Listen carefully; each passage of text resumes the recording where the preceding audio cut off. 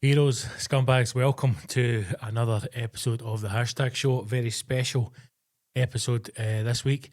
I am going to be joined by the living legend that is Stuart Cochrane. Many of you will know him as Scoobs, DJ Scooby. This is the conversation that him and I had over a week ago now. We recorded this on the 1st of November, and it was just a genuine pleasure and a delight to be in the great man's company. I hope you enjoy it. It is a conversation through his life, through music. We talk about Ibiza, we talk about the Dario G track, we talk a wee bit about Mao, we talk about Buddhism, we talk about a load of stuff, and it's just a pleasure to be able to sit and talk to him for as long as we did. Just a wonderful man. So I hope you enjoy this episode. Those of you who are on Patreon, those of you who are hashtag heroes, as always, will get the extended version. And if you want to enjoy this episode in its entirety, then become a hashtag hero. Go to patreon.com/the hashtag show, or go to the hashtag show.co.uk and follow the links to become a hashtag hero, and you can enjoy this episode and every other episode in its entirety. No breaks, no cuts, no edits. So I would do that if you haven't already, because this episode is worth hearing all of it. So yeah, enjoy it. Once again to Scoobs, thank you so much for coming in, man. A genuine pleasure, and I hope you are enjoying these interviews, these conversations. There will be more of them planned over the next coming weeks and months. So for now, enjoy Stuart, enjoy Scoobs, enjoy the episode. Speak to you all soon. Onwards. I think that the biggest thing is I'm getting used to doing this without him. Do you know what I mean? And it's been brutal, man. Like, just the way we lost him and everything now, it's just horrible. So I just try to get back into speaking to people again, and I think I kind of came to terms with in my head. I thought to myself, right, I'm going to keep the podcast going, and Mal had spoken about it, and like, you need to keep it going, kind of thing. And I was like, that's the last thing I want to think of it. But I knew after it was never going to be the same, so I thought I want to try and speak to people with interesting stories. So, mate, I honestly, to the bottom of my heart, I can't thank you enough for coming in, mate. I really appreciate it, man. So 2 things I can tell you about Mal is that I go through 6 or 7 a day cases of cakes a week, just getting them out of people, and I call them French speedboat cakes because Mal said that to that. And not only that, the philosophy that I do believe in the morning for about an hour, I chant. I do a chant, right? And there's a part at the end of my philosophy where it's called prayers for the dead and prayers for the people that have passed away. Right. And every morning I pray for Mal. Fucking hell, man. That's beautiful, mate. So that's all from Buddhism, is that right? Yeah. So how did that come about? How did you get into that? We're going straight into the heavy stuff, man. How did you get to the French speedboat kicks? Right, so I had Jesus on the payroll for about 40 years. Right, of my okay, life. right. And, I started going to this. I'd been around loads of different churches, and I started going to this evangelical church. Right. And it seemed all right. And they had a band, and I says, well, look, I'll buy a bass guitar and I'll play in the band and do it. Right. I really enjoyed it. There was really uplifting songs. But at the time I was going to this Christian counselling place in Falkirk. It was called Cool Water. And they were being really helpful with me. I was speaking to a priest one week and a Baptist minister. Anyway, the pastor came in to the rehearsal of the band of the evangelical church, and he says, Stuart, can I get a word with you? He says, aye. He says, how are you getting on with the band? I'm like, really enjoying it, it's great. He says, somebody's told me that you're going to Christian counselling. I mean, yeah, that's really helped me as well. And the thing is, if you're going to that, you can't play in the band. Why was that? I don't know, but I just say stick the band in your shirt up your arse. Fucking hell, man. Which was mental. So a real good Christian man there. Aye. And I'd met this wee guy who was at Stirling Uni. Right. Honestly, God, he was the coolest guy I'd ever met. he was a Japanese Cockney Buddhist. If you can get your truth about that. That's tremendous, man. And he told me a wee bit of this thing. It's a thing called Nam-myoho Renge Kyo. And basically, that's a Japanese form of Buddhism. And basically what it means is that Nam-myoho Renge Kyo is Japanese for the pin number of the universe. Anything's possible. Wow, right. Nam-myoho Renge Kyo. So he said to me, he says, look, what I want you to do, I want you to say it once a day or 10 hours a day, it doesn't matter, but do it for 100 days. And when you're doing it, demand something that you really want. Now, Scottish people didn't feel that comfortable demanding things. Aye, no. Anyway, I thought, I hadn't had a bird in 5 years. So I'm like, I'm chanting for a bird, man. So let's put this to the test. So the first week goes by, and I'm still chanting. Then I went to the second week, and the meetings were in houses, and there was somebody offered me a packet of cheese and onion crisps, and I had the courage at the end of the meeting to ask for a phone number, and I went for a coffee. And that was 15 years ago, and we're still together. That's amazing, man. So I got my actual proof in 14 days. That's amazing, mate. And that's how it's just a great, I didn't see it as a religion, Scott. I see it more as a philosophy. Yep. And it helps me. Like the big thing in mental health right now is a thing called mindfulness. Mm-hmm. And basically mindfulness is Buddhism. It's basically written by Buddhism. It's written by a Buddhist. And I've been practicing mindfulness for 15 years. I do think that, see, the way the world is now, I think there's certain words that carry a lot of weight negatively. And I think just now, the word religion has negative connotations to certain people. I think when you start to talk to people about mindfulness or a way in which you can approach your life positively, if they start to get the feel that this is a religion, they suddenly back off, regardless of whether it's good for you or no. Do you know what I mean? And like you're saying there, the whole thing with Buddhism, it's not a religion in the sense of you've got to give yourself. You're the one that's taking more from it than anything else. It's just a positive way to live your life. See, and you're saying you went to the house for these meetings. So this wee guy you met, that's just a wee guy you met in the street? No, he was at Stirling Uni. Right. He was in one of the pubs we used to go to and that, but he was right, okay, so cool. you knew him like so cool. out with that, right? Aye, he was just like so cool. But the good thing I see about my style, there's over 200 different styles of religion. The one I practice is called Nichiren Buddhism, and it's Japanese. But I honestly thought no, just Buddhists were Buddhists, wee Ironbrew monks, and that was it. No. I didn't realise there's hundreds of them. But the what I like about it, the things that kind of drew me to it was that it's about seeing the best in people. Okay. It's about being the best you can be. Big thing that drew it to me was that by chanting that Nam-myoho Renge Kyo, I can change my karma. And I was such a shit to a lot of women. Right. I felt I had to change the karma, and I done that. And it's just common sense. It's just common sense.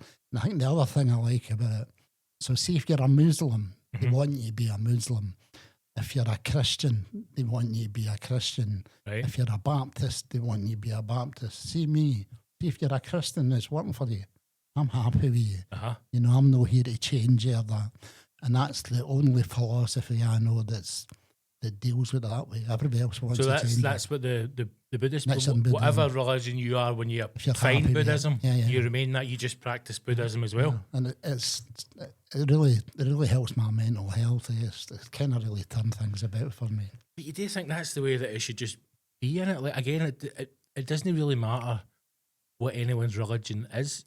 Yeah. It's more about the person. Do you know what I mean? Because you can have people who are Christians that are bastards and people who are Muslim that are terrible. Yeah. But if you're just approaching it like you're saying with a positive mindset, or that way of always going like I'm trying to put positive out. Yeah. And it's an incredible way to live your life. It's changed me because I've been sober now for 15 years. That's amazing, man. And I've done that.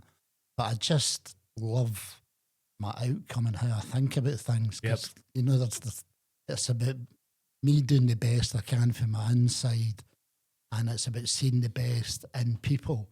And some people are pricks. Yeah. But you've got to see the best in them as well. And that's really hard sometimes. That's when real Buddhism comes in. That's really hard sometimes. But I'm going to have to chant for an hour over you, bastard. Listen, there's something I've got to... Can I mind just saying this to you before we start? Of course. Right, what you might notice something. You might think I'm nervous.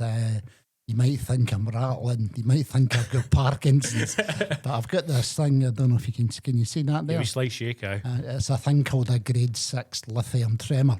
Right. And it's to do with the meds I get for the NHS. Right, okay. So that's why on my rider, I didn't ask for super garden peas. Because I'm all over the place. I couldn't get a tambourine for you either. Kicking right off. So it's just that I used to DJ in front of thousands of people. It's no nerves or that. It's just that. So just to put that out there. No, mate, not at all, man. Not at all. And again, mate, honestly, I'm so glad you're here. I really am. Well, obviously, I was never aware of the music scene at all, right? Yeah. And even when the first time I met Mal, the story I've told hundreds of times, I didn't even know who he was, right? Yeah.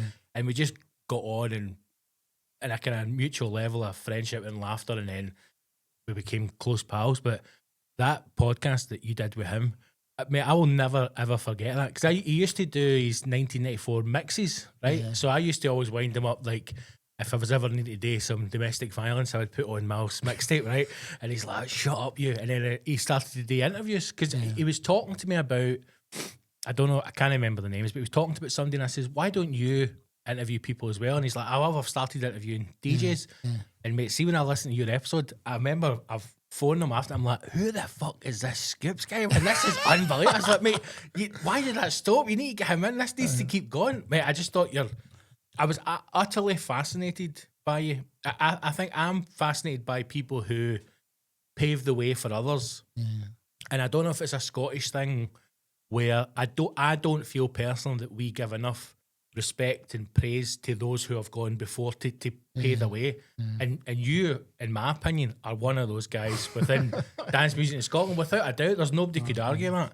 But here's the rub. Yep. You know, I'd never met Mal. Yeah, that's right. Aye. You know, I'd met him once when we did the documentary. Mm-hmm. We interviewed him for the documentary. And that was the only time I met him. The second time I met him was when we done the podcast. But we'd kind of crossed paths. We were on the same record label. We'd kind of done the same raves. We'd done quite a lot together, but we'd never actually met.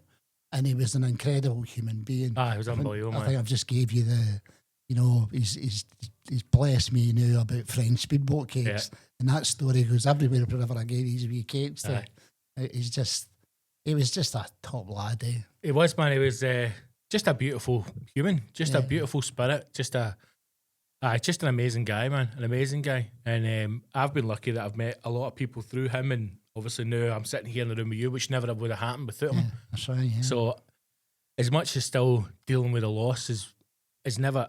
I think I'm coming to terms with the fact now that I've never really understood grief to this extent before. I've been lucky and unlucky that I've always had quite a small family, so the only loss that I've had is my grandparents, but both of them were very old and quite ill when they passed. Yeah. So there was a comfort in that both of them lived to a very good age, and both of them were at the times happy to go. Do you know what I mean? So losing Mal, I think, and also when you get older, you realise that your friends are your family as well, because that's the family you choose. So to lose him, I've never experienced grief like it, and I know now that it's never going to leave me. That's just something it's always going to carry with me. I'll be a wee bit old. I'm 63, and it's like Sniper's Alley now. They're dropping off. You scared to answer the phone now? It used to be gigs you're booking in, now it's funerals. It's mental, man. But it's just the way it's gone. That's it, man. Nuts, man. That's it. It's bad times, man. But so being able to kind of build a friendship with him, and then understand more about dance music and people who are involved in it. Yeah. When he was telling me about you and the love nights and that. Yeah.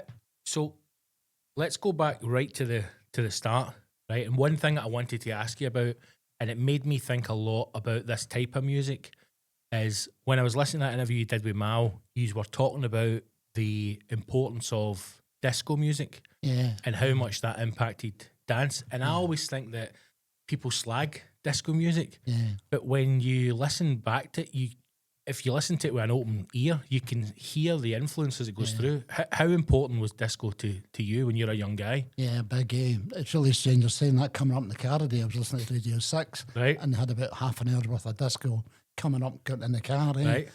Disco was massive, but there's good disco, there's some terrible disco. Yep. Things like Ring My Bell and God knows whatever. Great But there's some incredible disco as well. And I think disco was the starting point for me to take something credible, because it was credible, and it then moved from there into New Romantic. Right. So there was a wee crossover between disco and New Romantic. But I was 16 when I started DJing. I was actually younger than that. I was 8 when I started DJing in the youth club. Right. And but the first licensed premises, which was illegal for me to do, I was 16. There was a wee gang hut called the Tam Do, and all the underagers used to go to the Tam Do, and you'd play great disco records, but you'd be playing things as well like the Skids. Right. Okay. And, Jackie Moore and everything. And so what does that look like when you're in the when you're DJing at 16? What is your setup? Is it just a turntable? It's a FAL, 2 turntables. Right. It cost about 400 quid. You can only turn them on and off. There was nothing Right. else So there's no no mix or mix, nothing. none It's of that at all. track and then track. But what I did have at that time as well, Scott, the guy who had the hall was pretty cool when he looked after me. So I had my wee disco in there. But he also bought me a Lynn drum, one of the drums go boo boo boo boo boo. Right, okay. I used to go every night, 5 hours of that one, and bound my mouth because I thought I was the disco guy. Made my wee drum, happy to go. And it's strange. I passed by a couple of days ago where the disco was. It was called the Tam Do, Right. And it's a chemist now. Fucking hell.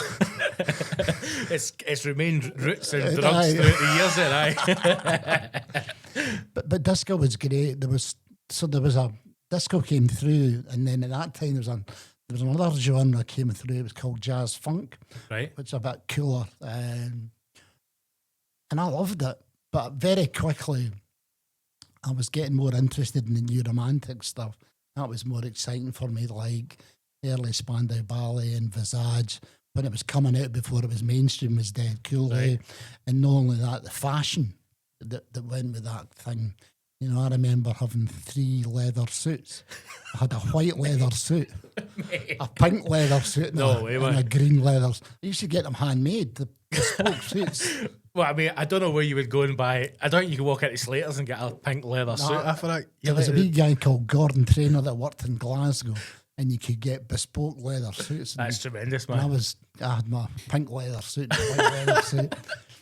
You're like the Scottish Eddie Murphy, getting about pink leather suit. Just think, if you had that now, I know. That should be like, this is what I'm talking about, where we pay homage to the people who have gone before. That pink leather suit should be in a Perspex box in like the People's Palace or something, next to Conley's banana shoes. That's what it should be.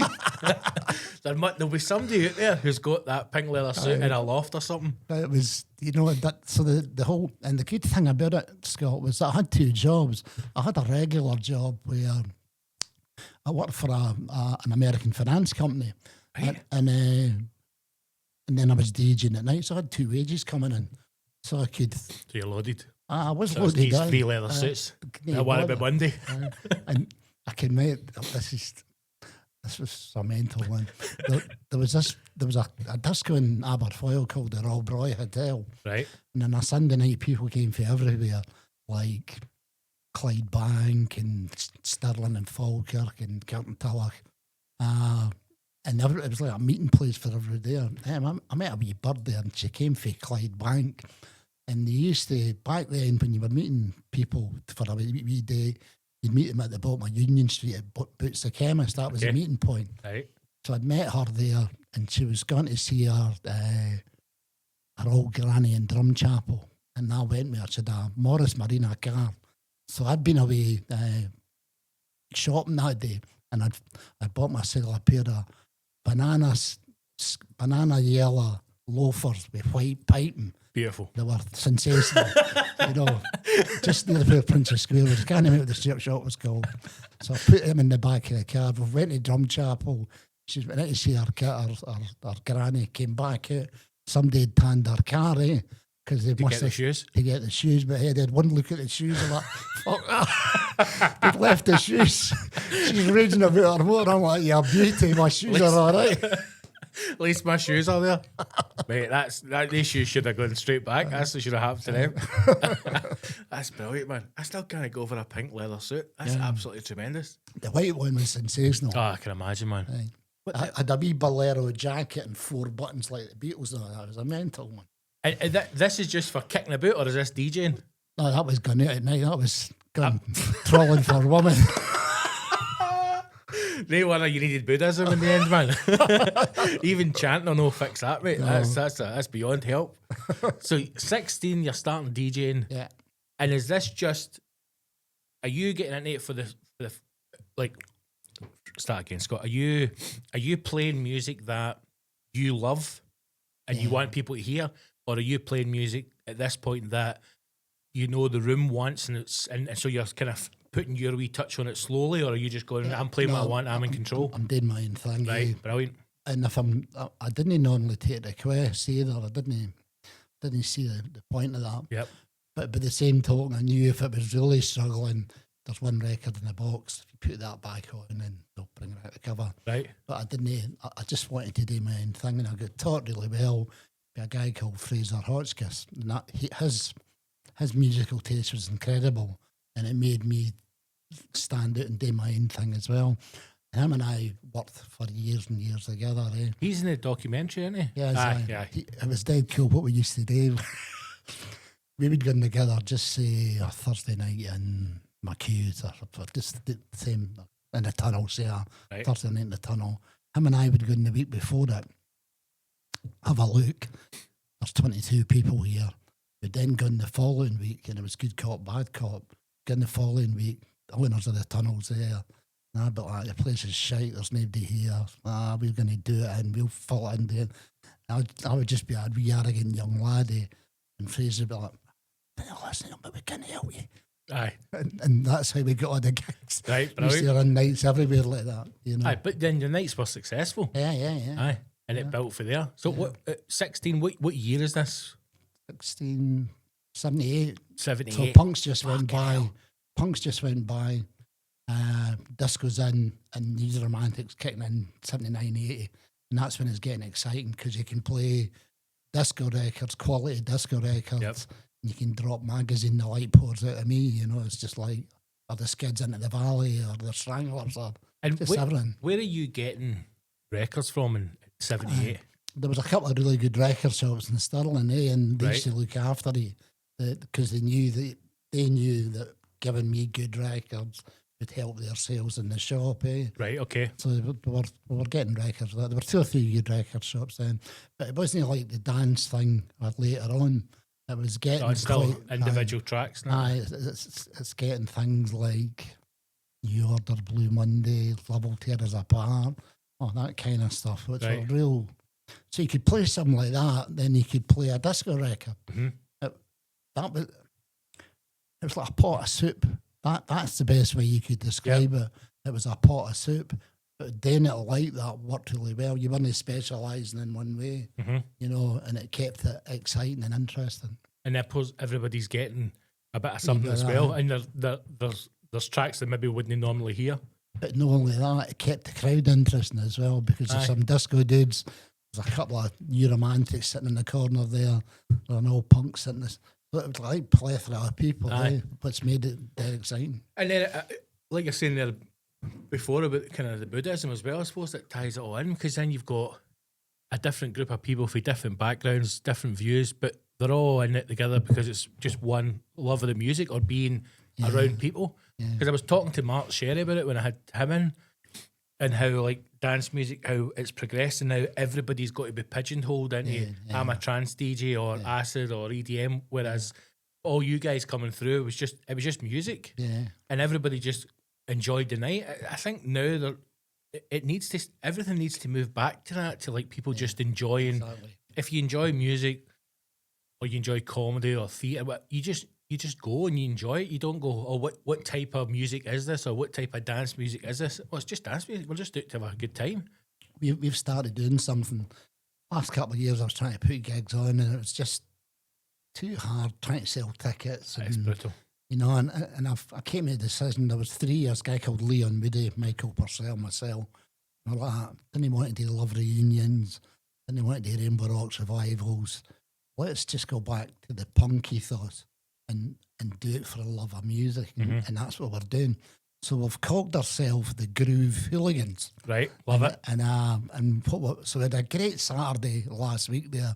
We were out with the original ethos of the raves to find places to put parties on. Okay. So we found an ice cream parlour in Tillicooty. Amazing.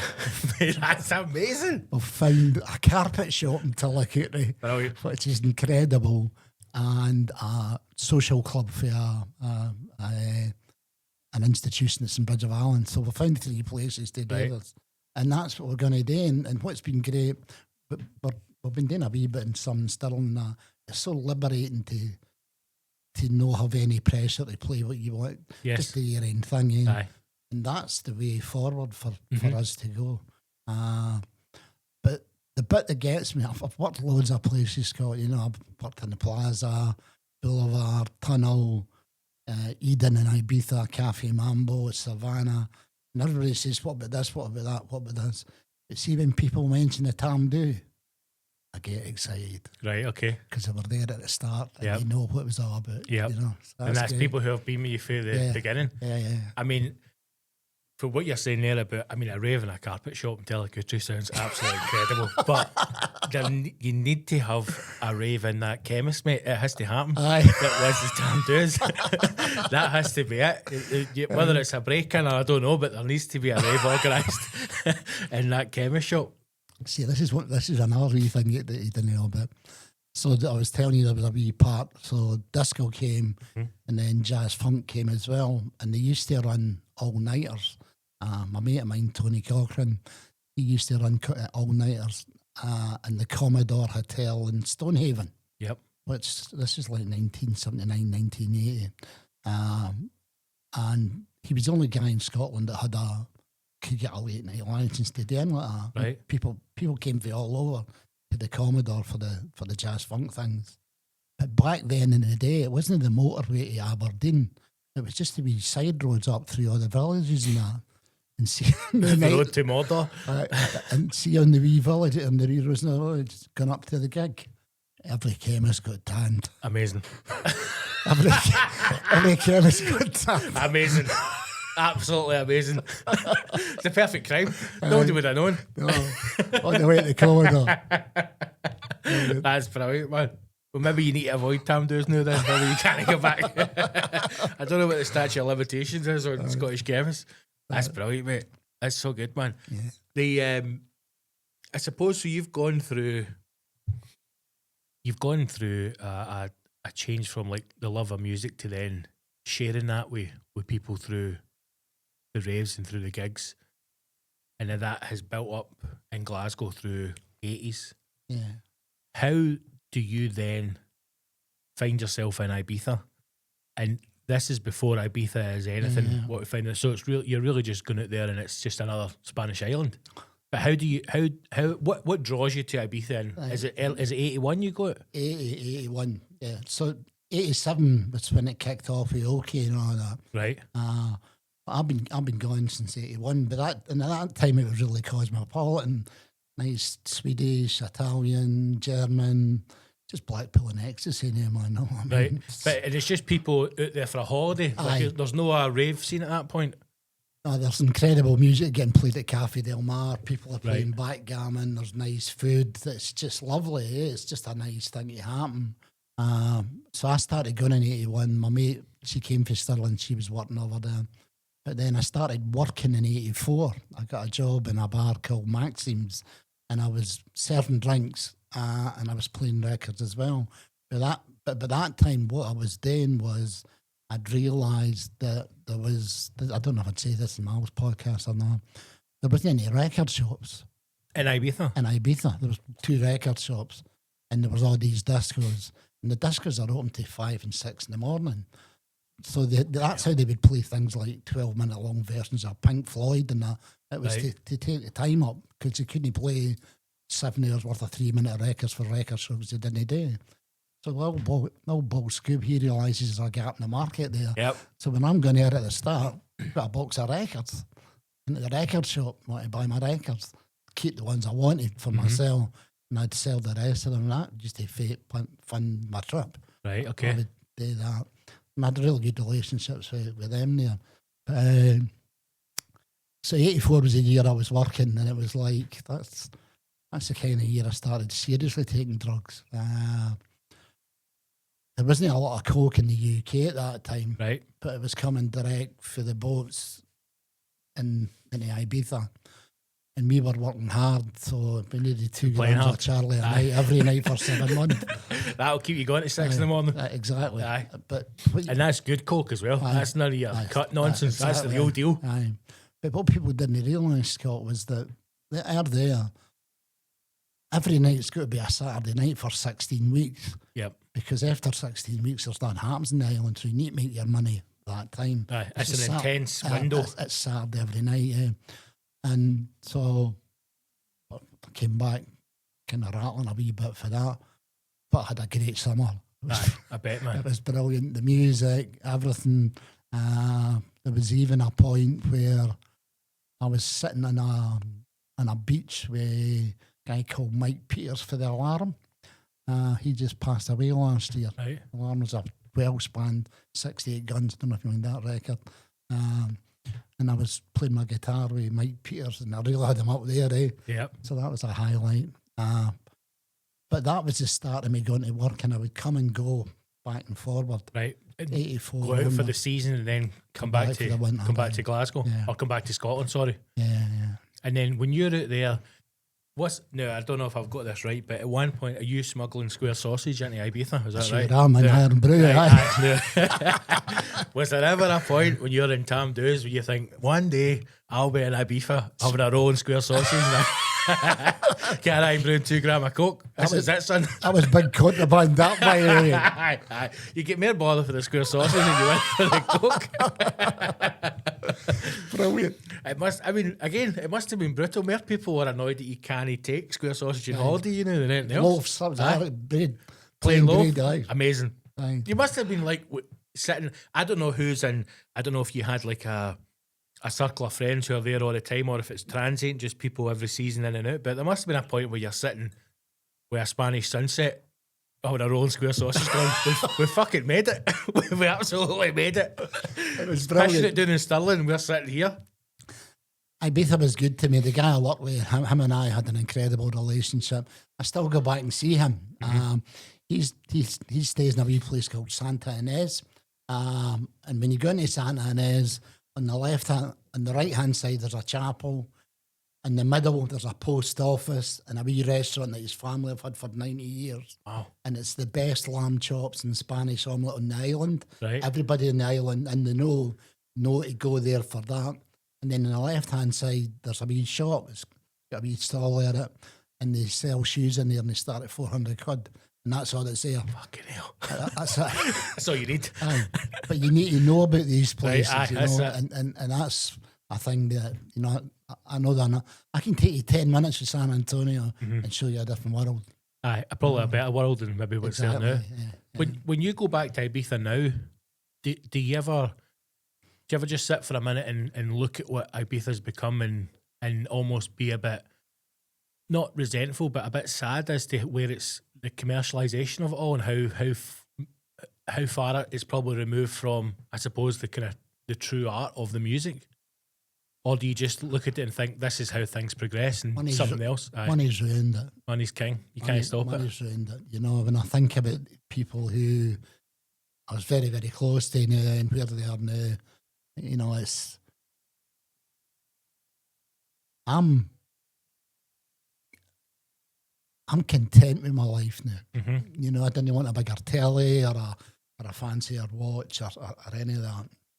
And people say to me, would you change things? And the answer to that is no, Scott, because if I changed it, I wouldn't have made it home. I would have been 6 feet under my box, you know. And I look at what it's about now. It's You wouldn't want to be part of it. Nah. Aye. But mate, that's a beautiful place to be in anyone's life if you can truthfully say I'm happy, because not a lot of people. I'm not happy. All right. I'm content. There's a difference between happy and content. You need to start chanting again then. Yeah, they're 30 years. I'm content, you know, and it's like so. But also, it's still a beautiful place to be. Yeah. But there was something you kind of touched on a wee bit earlier, and it's something that I think about all the time, especially because of my illness and that too.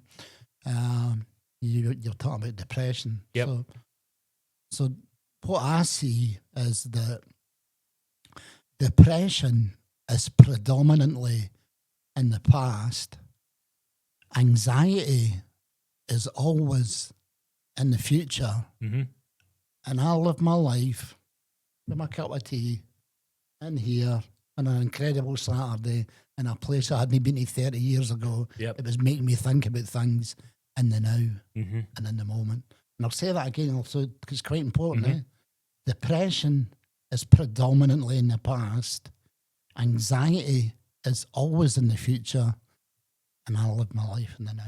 That's the only way you can do it. Aye. It's quite hard to get your head down about it. But when you do get your head down about it, it's incredible. It's one of those things, like you said there, which is perfect. Like there's nothing else that needs to be added to that, and it's easy. Well, now we're in a time when people say it's easy to talk about mental health, and in a way it is to an extent, but words are meaningless without action. You know, and people can say or people can hear things like that, but if they're not willing to accept it and understand it, and I think I've suffered from. So I never had any depression or anxiety, panic attacks, nothing most of my adult life up until I would say early 30s. And now looking back, I know I was in a very, very bad place in my life. I was in a terrible abusive relationship and I never handled it correctly at all. I handled it completely wrong and I spiraled into a really bad place. And then I got to a point where I was suicidal. And it's the first time it ever happened to me. But I always knew that I didn't want to kill myself. I always knew that. Yeah. But I had, almost as if my mind was trying to kill me, like it was fighting against me. Yeah. Went and got help, had a little bit of therapy, got medication, and stupidly came off my medication because I was like, hey, I'm fixed. Yeah. I'm fixed, man. I'm totally fine. And then spiraled even worse. Yeah. And over the years... I now realise when I'm having bouts of depression, when I'm feeling suicidal again, I can feel it coming on. But I've lived with it for so long now that I know that you know yourself. Right, I know how to deal with this now and accept it. But like even I remember the first time I had a panic attack, mate, I fucking shat myself. Like I didn't even know what was happening. I was in Morrison's in fucking Partick, man, right? And convinced, I still blame Morrison's for it, the narrowest aisles ever, and just out of nowhere, like. I felt as if everything was closing in on me and I couldn't get out. I couldn't get out of the shot quick enough. Like, I mean, pure panic. Got out, hyperventilating and everything. And sometimes when I hear people say like, oh, I'm depressed or, oh, I thought I was going to have a panic attack, I'm going, you've not got a fucking clue what real depression is, man. And I think that's how sometimes people who have real depression are afraid to voice it because they go, oh no, that's not what I wanted to fucking hang myself the other day. That's, you know, I mean, I'm in a bad place. Like you're saying, you've got to just... forget what's ahead of you. Yeah. You can't change what's in the past and just focus on what you have in the now, that you can control. I had no, this isn't a badge of honour what I'm going to say. But, I was in 36 different psychiatric units. I was sectioned 23 times. Mate, see when you said that the first time when I was listening to the interview, I was like proper pause. I was like, what the fuck? That's got to be a record, man. And I was locked up for 3.5 years. 3.5 years of trade. You know, it's like going to uni. Aye. You know, and there's always two sides to it, Scott. There's like the easy one and then the hardcore one. It was always a hardcore one I used to end up. I'll tell you a funny, it's a really cool story. So I was doing a wee bit of business with Virgin Records. I'd done the Cafe Mambo CD for Virgin. That went really well. and I started a relationship with a guy called Andy Thompson at Virgin Records. Anyway, I went on well, and they've taken me to the heavy duty ward, and I'm locked up in the heavy duty ward. Is this in Scotland? It's in Falkirk. That's in Falkirk, right? Ward 19 it was called. But I'm still trying to keep Andy Thompson sweet, eh? While you're in the mental hospital? For I'm in the hardcore one. Right. So I phoned Andy Thompson, and I've said to Andy, I says, Andy, I'm moving office. This is my new number. This is brilliant. This is brilliant. You still got the cognitive ability to go, right, I need to keep my plate spinning here. And I gave him the number for the payphone if Ward 19. Brilliant. And for 6 weeks I ran a record company at Ward 19. Mate, that's amazing. That's amazing. Are you saying to the nurses, listen, I've got a record deal with budget, fucking course you have, take the tablets. If anybody phones up looking for me, just tell me you'll get back to me. You're a second. You get Nurse Ratchet answering, going like, yes, I'll get me to turn your call. Oh man, mate, that's amazing. And they had no idea. No. Brilliant. Fucking brilliant. Oh my god, man, that is amazing. Listen, I've had to move office, so I've got a gas leak or something, so this is my new number. That's great. It was a payphone as well. Even better, man. Mate, that's amazing. What? So you are, see the first time you're sectioned? Yeah. How old are you? 93, so it would have been 31. 31, right? So you're still a young man. Yeah. And this is Ibiza finished at this point, or you're still in the mix in Ibiza? I go back the following year after I got sectioned to open up Cafe Mambo. Fucking hell. So I get sectioned and I run away to Ibiza and I open up Cafe Mambo.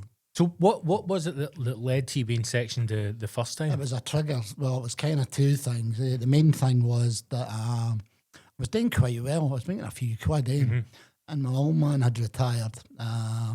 And I'd been putting money in a bank which had a high interest rate, and it was tax-free because of the Isle of Man. So I put my money in there. Then my dad retired and took his life savings and put it in there. And in short, the bank went bankrupt. It was a worldwide fraud. Shetland Isles lost 23 million. It was a worldwide fraud. And I lost all my money, and I lost my mum and dad's money as well. Fuck's sake. And they were really pragmatic about it, but I couldn't accept that.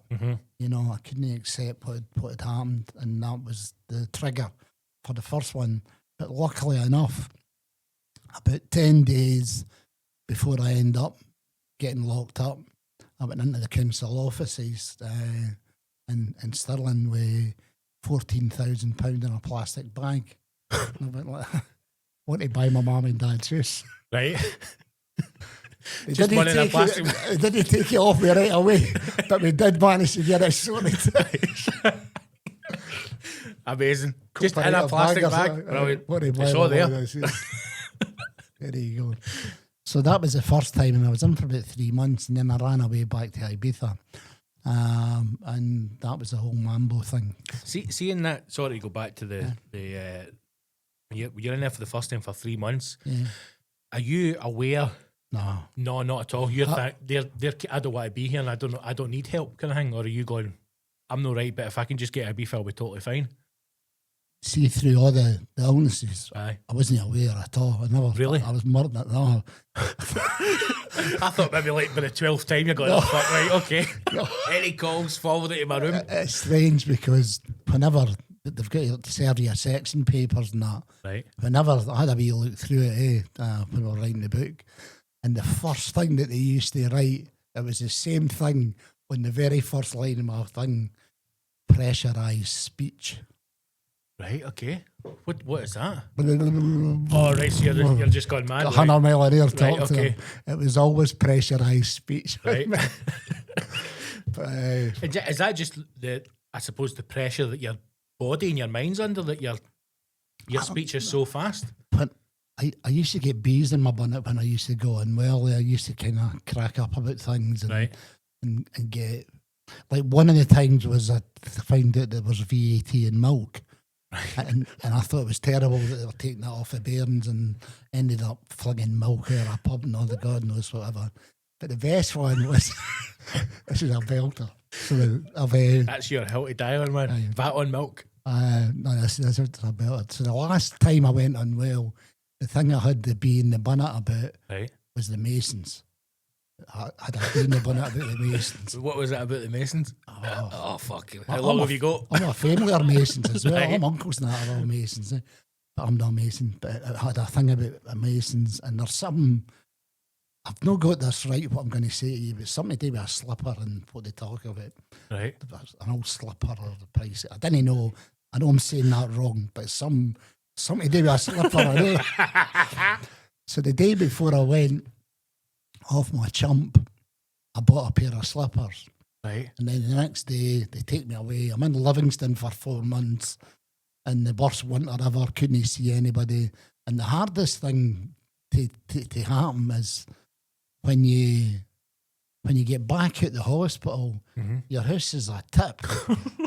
And you've got to start cleaning your house up again, eh?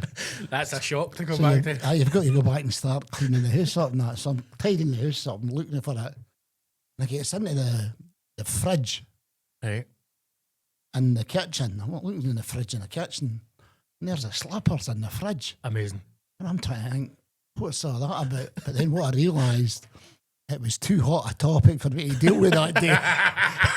So there you go, nice. Put them in the fridge. I'll deal with you when I get back. Too hot a topic for this. Mate, that's brilliant, man. Oh. You think as well, like, if you've got somebody that's sectioned, you go, go send somebody in his house and square it up for him before we send them back home. No, but it's just, I couldn't. So I've been well 15 years now, which is great. When did you get the bipolar, the chronic bipolar diagnosis? When did that happen? Maybe 27 sections or something like that. So that was see all the times that you were sectioned, were they was anybody trying to help you, or is it just to get them to a point where we think you can go back out into the free world? They tried to put me in supported accommodation at one point, and that screwed me. And they tried their best, but there was one psychiatrist right at the start who told me that I was the worst patient that he'd ever had. Amazing. Mate, I'd really just wish you were sitting in the pink leather suit at that time as well, with the Mason slippers on. Good to see you again. It gives nobody confident. None at all. None at all. That's a fucking horrible thing to say about Andy. And then that really got to me. Mm-hmm. And then about 8 years ago, I met him in the corridor of the hospital, and I had a wee job on the radio. I'd found my philosophy. I'd met V, my partner. Things were doing really well. And I spoke to him in the corridor. In the ward, he's got control of you, because you're in the ward. But in the corridor, he's just another man. Mm-hmm. Doesn't matter. So I'd tell him all these things, and I felt like I'd kind of had a door shut in what I was doing there. And then the following Tuesday, I get a phone call at 8 o'clock in the morning. Nobody phones me at 8 o'clock in the morning now. Scoob! And I knew right away, it was the guy who used to bring me all the time, Talk. Talk! How you doing, Talk? And I'm asking the question, I already know the question, answering, where are you? I'm just here, and I've spoke to the man. Right, okay. Psychiatrist. And he said I should use you as an example. So that went a complete 360 for what he said at one point to now. And in Buddhism, it's called turning poison into medicine. Okay. So for you're the worst, to use me now as an example, I've turned things about, which is great. Aye. I mean, you have, mate, completely, man. Do you know what I mean? I suppose if you'd spoke to the people who were in charge or, there to look after you all the times you've been sectioned, I don't imagine many would have believed you'd be at this stage here in your life. Do you mean where you're clean and you're content? It was that bad, Scott. At one point, my mate told me this. He went into the bad ward, and I was in there, and I was eating a pot noodle, and the pot noodle was on the floor, no in the pot, on the carpet. Right. And I've not got a fork. I'm just eating it. Just off the floor. That's how bad it was. Fucking hell, man. But I'm an example that, I always think that, if I can do it, MD can do it, because I was probably I was one of the worst, that's what you said. What excuse me, what was there anything that they did that, or there's anything that you did other than Buddhism that got you to this point? Is it just a combination of therapy and medication and getting off of drugs? Getting off of drugs. Do you think that was one of the biggest factors of it? Well, see, getting off of drugs, that's easy. Mm-hmm. The hard part's giving up your friends that are involved with the drugs. Pulling you back to that life. That's the hard part. Giving the drugs up isn't that hard. Aye. But I had to look for a new set of friends again and check with that. Well, I had it's funny you're saying that. I had a guy I knew, and people were really worried about him because they thought he was an alkie. And then one night I got him, and it was just me, and we knew each other, not a close friendship, but we knew each other, and we were just chatting, and I said to him, I remember saying, like, there's a lot of people are worried about you, man. And he went, I'm all right. I says, I think you're fine. I says, but I'm just saying there's a lot of people who are worried about you. And he said to me, he's like, Scott, I'm not an alcoholic. And both of us are pissed ourselves laughing. And he went, I'm just really lonely. He says, and I know that any night I can go down to the pub and I know people there, and that's what I do. And he said, I know that that's my problem is loneliness. And I'm like, if you felt it pure got me, and I'm going, Christ, and then you know that because of that, that's what's leading to all the alcoholism as well. But like you're saying, the hardest bit is pulling away from the people who are putting you in that bad situation. See, I'm really lucky that I stay in Stirling, and everybody knows me in Stirling. So one of the things I do my chanting in the morning. I'm up about 6 in the morning, between 7 and half 7, drive into Stirling, park at the park, and I go for a walk round about Stirling, and every single person that I pass, I say good morning. And not only do I'll then engage and say, I love your training shoes, your hair's great, So I'm dead lucky that I can do that in Glasgow or Hamilton. They think you're off your chumpy. But I've got that I'm lucky I've got that. Mm-hmm. And I think I'm grateful I've got that. Mm-hmm. Sometimes it pisses me off, but I'm grateful that I've got that there to me. And another thing which I think is really quite an important thing is that gratitude's an attitude. You've got to have the attitude of gratitude. I fill in a gratitude book every day. I put 3 things down in it. I've wrote you in my gratitude book today that I was coming through here. And it's incredible. See, when the gratitude book finishes, read through what you've done in a year. Yeah. Unbelievable. I suppose it's something that I've never even thought of doing. And I suppose when you get to a point where you maybe think you haven't done anything or you've got nothing to be grateful for, but you can look back and go, Christ, I have. The house is warm, I've got food. It can be as basic as things like that. Aye. But I think, again, that's one of the problems with people now, and certainly a younger generation, where everything's got to be grand.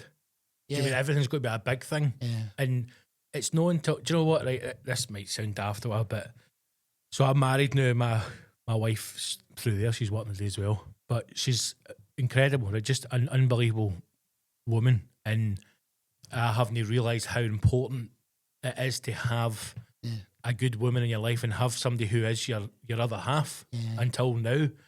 And so she's got a daughter, my stepdaughter Ali, she's also amazing. And there came a point where a couple of months ago I was sitting and I was making a wee list. I like to make lists of things, right? And I'm going through the house and I'm writing down each room in the house, and I'm making notes of what I want to get for the room or what we want to do, like change, right? Decorations, need a new shower, that kind of thing. I'm going through it. And I don't know where, but I'm looking at the Wayne's room and I'm like, right, I know she wants to decorate it and she's looking at this and she needs a new telly and she wants stuff for the wall, and I'm writing all this down. And then I'm going, it's the first moment that I realised every single thing that's in our house we have bought, her and I. Fantastic. Right, everything. Yeah. But then I'm also realising at that moment I went, every single thing that I had as a child, because I've got my stepdaughter, my mum bought for me. Yeah. And I don't know why it hit me, but it just made me think, now because I've got a stepdaughter, that I don't want her to never have anything that she doesn't want or need. But like you, I'm going, we work hard and sometimes we think, I wish I had a bit more money, but our heating goes on whenever we want. There's always food. And that's gratitude for you know what I mean? And the Wayne has got what she needs. And then I used to think back to when I was young and go, how can I not get that? And I'm going, but my mum was struggling to, and she done everything herself. Yeah. Do you know what I mean? And it was just that moment it hit me, and I went, every single thing that I had in my life when I was a wee guy was given to me by my mother. Yeah. Do you know what I mean? And now I'm sitting going, where do I get fairy lights for this Wayne's room? But it's mad how... That's gratitude. Aye. You know what I mean? And it's... I think... The other thing I think we get as well is...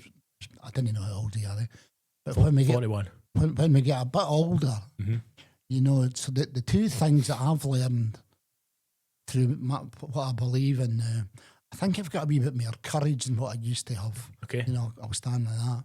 But the other thing that we get when we get older is wisdom. You know, and sometimes, what in my position, what I find with wisdom, it's not what to say, it's what not to say. Aye. You know, and just start. Or when to listen as well. Aye. Yeah. And that's coming to you, you know, it flies in now, Scott. I can't believe I'm 63 next week, eh? Aye. That's a dullion. I think I'm 32. That's when the plaza was 26 is in my head, man. That's 32 was the plaza. Can't get by that one. They were the good years. Aye. It's mad how quick. I mean, I can't believe it's 1st of November the day and we're sitting recording this. I know. Do you know what I mean? This year's just, and time just doesn't stop. Aye. It really doesn't. Aye. That's the thing. And I think sometimes a lot of people are, and I'm bad for doing it, where I'll try and set goals for, you know, I want to do this next year or 3 years, and I'm going, but I need to enjoy this, the now. I need to start enjoying more of what I'm in. Do you know what I mean? Living in the moment. Aye, 100%. Because things that you plan for, you might never get to. Yeah. You know, nothing's promised. Do you know what I mean? I've learned that the hard way the last couple of years. Aye. You've got to enjoy it, man. The gratitude thing's is a big thing probably for all of us that we should be doing, is to be grateful for what you've got. I just look at things. You know, I'm an old guy now, but you know, I just look at we touched on it briefly, just the state of how things are there now. It seems like there's just everything's set for division. Everything's set to separate people. Yeah. And instead of trying to bring everyone together, not in a kind of kumbaya, let's all love the world way, but just in a let's all have a basic level of humanity and love for each other. Yeah. Whereas now every day, whether it's the news, media, or social media, everything feels like, if you believe this, then you need to hate that person. And if you like that, here's a group of people who you should hate. And if you support this campaign, then don't buy these products or go to that. And you're like, what the fuck is going on, man? I've been doing a thing with a pal of mine who's got a bar in Stirling. Bars in the Ratlock. Probably heard of the Ratlock. Well, it's not the greatest place in the world. Great people in the Ratlock. But it's a bar, it's the only bar in the Ratlock. And we've been throwing parties in the afternoon. Right. And in the public bar, the tar boys are in there and they're getting their halves and their half pints. And in the lounge, it's the Gucci and the Burberry mob. And they're getting on really well. Aye. And it's brilliant. You know, I see it like a bit of a social experiment to do it. And we're having one next Saturday. And it's like, it's no all that, or the trancy housers are together or be whatever or that. And do you know the word I can say? It's real. Mm-hmm. You know, and it's nice to have, and I'm playing things like just great records. You just know, anything you want. Great records. Aye. There isn't an agenda to play any records, you know, and I'm really enjoying it. Mm-hmm. And it's the first time that I'm beginning to enjoy it again for a while, eh? Right. It's basically a Balearic night in the Ratlock. Now that'll either appeal to you or horrify you. That's 50-50. You've got to pick a side there. Do you want to go to a Balearic night in the Ratlock? Absolutely not. You had me at Balearic, but you lost me at Ratlock. Mate, that could be the start. Ratlock could be the new Ibiza. Aye. That's great. You could go for there. See the love nights at the Plaza? Yeah, man. Where's the Plaza now? What is that? It's flats and they're horrible flats. Oh, right, so they're the worst doesn't looking exist. flats in Glasgow. Right, so it's gone. Yeah, I was in the south side. There's a petrol station just as the road goes like that. Uh-huh. Sean's. Yep. It was on the left hand side of the petrol station. It's flats now. that's in there. Sick. But that was potty. That was absolutely. So see, potty. before you went in there to do the Love reunion nights, what was the Plaza? Was it just a theatre? Was it a dance hall? So I'll tell you what happened in the Plaza. Right. On before we went in, and then what happened when we went in. Right. Before we went in, you would have 60 old age pensioners on a Saturday night. On a Saturday night. On a Saturday night, 60 old age that have brought their tea and sandwiches with them. Brilliant. Doing the Pally Glide, the old. Right, okay, bit of ballroom. Bit of ballroom. That's what I had. So then I went, they were ready to shut the doors. So I went to the owners and I says, look, I made up a shite story, some stupid story saying, in order for the building to survive, the last surviving ballroom of the city, taking the ethics of the dance culture and Love it. blah, blah, at the bottom, Great. bang, get an all right license. So we got an all right license in it. So And that was a difficult thing to get then, wasn't it? An all-night licence. It was the only all-night licence in fucking Glasgow. I should have had the Monopoly commission. I know, aye. So You should have been in charge. oh, man. How did I get an all-night licence? You go see the man in the leather suit. So the Pally Gliders came in from 7 to 10:30. That's us. End of the episode. Just brilliant. Again, cannot thank Stuart enough for coming in. Just a genuine, just a beautiful man, a genuine, beautiful soul, and wonderful to sit and talk to him. Aye, wonderful. I hope you enjoyed it. If you're not on the Patreon, get on and enjoy the rest of it. Enjoy all of the podcast. And genuinely, if you can, and we're coming up to Christmas, so it's the perfect time. Please do all go and buy Scooby's book. It's Scooby, The Glory of the Ride. It's available on Amazon. I just got my copy the other day, and I'm very much looking forward to reading it, especially after speaking to the great man. He's got some life and he's got some story, and you should all buy this book and enjoy it. So buy 2 copies. Buy one for yourself and buy one to give as a gift this Christmas. If you go to Scoobs' website, which is scoobs.co.uk. Yep, that's right. Just double checking there. scoobs.co.uk. You will find the link to the book on there. You'll also find links to all Scoobs' music, which is on SoundCloud. So go to scoobs.co.uk and buy the book and listen to the great man's music. Like the episode, subscribe on YouTube, share it with your friends, share it as much as you can, and let's get some more council scumbags listening to this episode and other episodes of the show, and let's try and get as many of you to become heroes as we can. Hope you enjoyed it. Thanks for listening. Thanks for watching. Like and subscribe, and I will speak to you all next week. Love, love, love. Onwards.